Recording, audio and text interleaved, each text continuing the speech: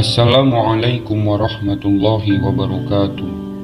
Al-Malik, Allah Maha Memiliki.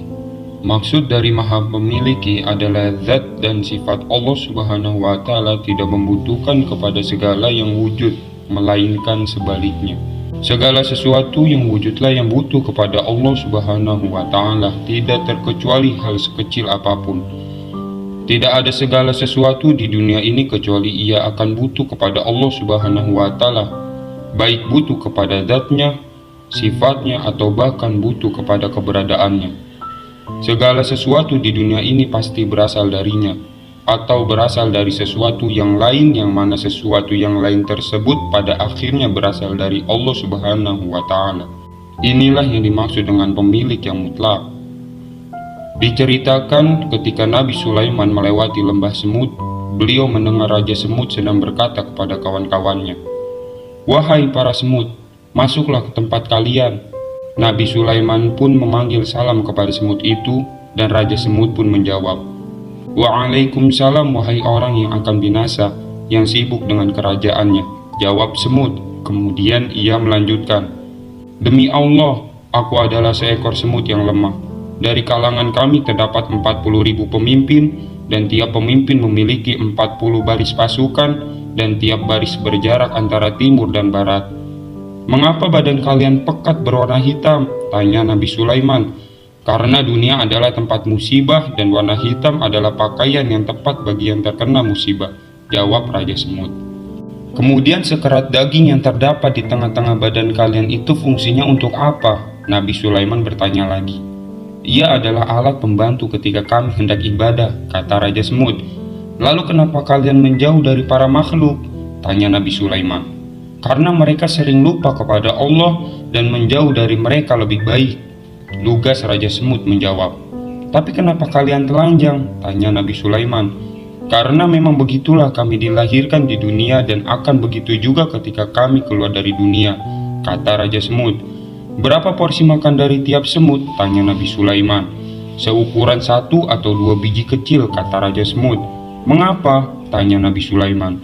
"Karena kami adalah musafir.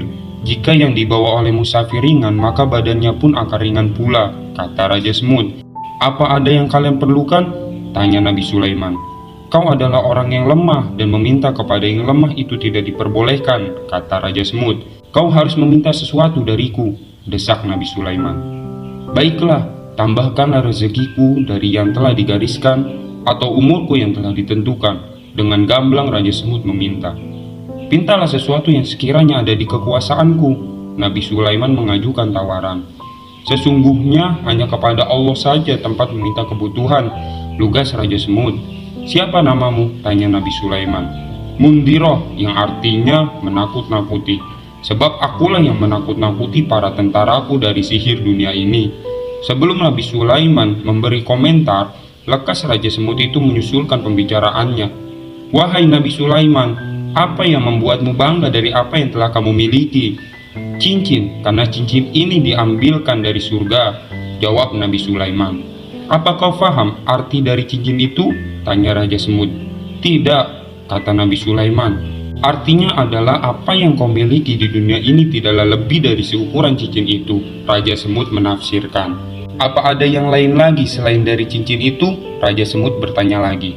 "Permadani yang didatangkan dari surga yang bisa terbang dengan cepat di atas angin," jawab Nabi Sulaiman. "Permadani yang bisa terbang cepat itu menunjukkan bahwa semua yang kau tak miliki tak ubahnya seperti angin yang berhembus di hari ini bersamamu, dan di hari esok akan bersama orang lain," kata Raja Semut. "Tapi kan hembus angin pagi jaraknya 1 bulan dan akan tenang selama 1 bulan juga." Nabi Sulaiman mencoba berkilah. "Itu pun menunjukkan bahwa umurmu sangatlah singkat sesingkat waktu yang mana engkau berjalan cepat di dalam waktu itu," kata Raja Semut. "Aku juga dapat mengerti bahasa burung," kata Nabi Sulaiman. "Lebih baik kau bermunajat saja kepada Allah daripada mengajak berbicara kepada selain Allah," kata Raja Semut itu seperti sedang menasehati. "Jin dan manusia berserah diri untuk melayaniku," kata Nabi Sulaiman. "Para makhluk sibuk melayanimu, tapi kau malah sibuk meladeniku." Raja Semut memutarbalikan ucapan Nabi Sulaiman alaihi salatu wassalam.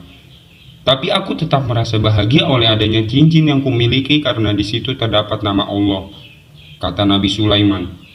Berbahagialah dengan yang punya nama, bukan dengan namanya, cerdik Raja Semut memotong perkataan Nabi Sulaiman. Nawadir Haramain halaman 127.